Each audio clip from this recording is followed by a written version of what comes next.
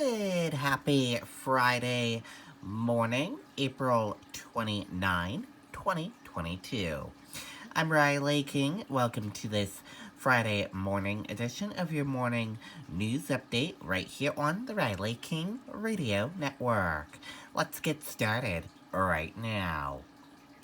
First up, Dartmouth College returns papers to Mohegan Tribe.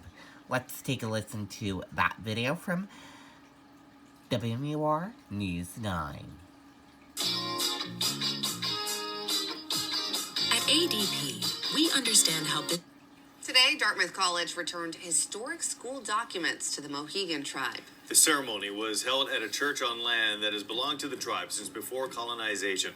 The papers included letters, journals, and sermons of Samson Occam, a Mohegan tribe member who helped secure the money for the school that would eventually become Dartmouth.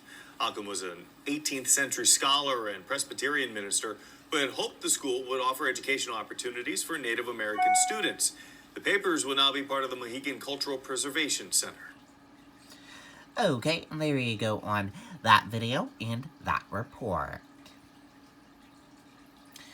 New Hampshire AG's office identifies 3 police officers involved in deadly shooting in Derry.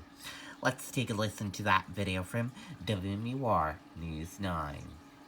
The Attorney General's office is now identifying the 3 Derry police officers who were involved in a deadly shooting early this month.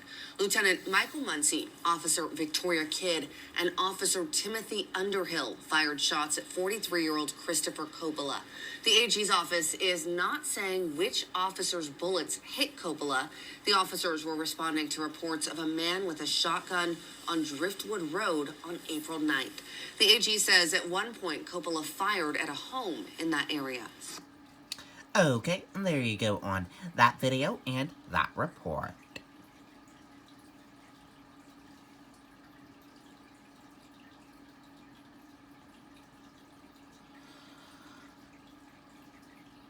Child dies in mystery outbreak.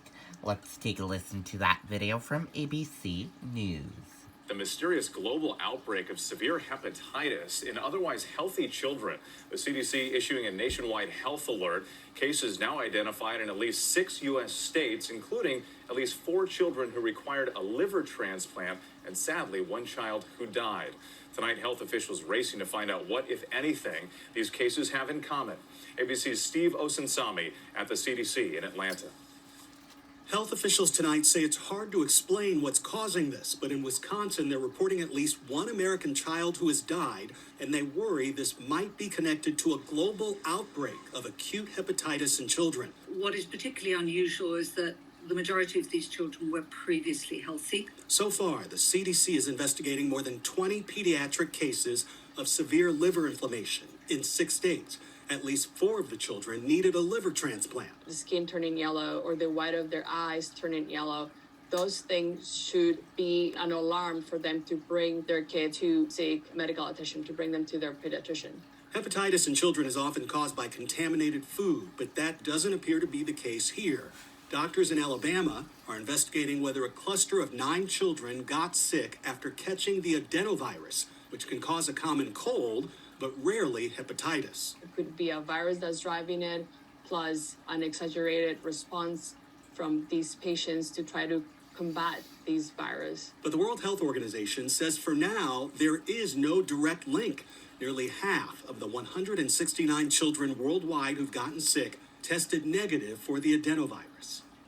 Scientists point out that every year there are always unexplained cases of hepatitis in children, and they underline that they see no evidence so far that connects this to the COVID vaccines. In fact, they say most of these children who came down with hepatitis were unvaccinated. Whit? Steve Osunsami at the CDC for us tonight. Thank you. Okay, there you go on that video and that report.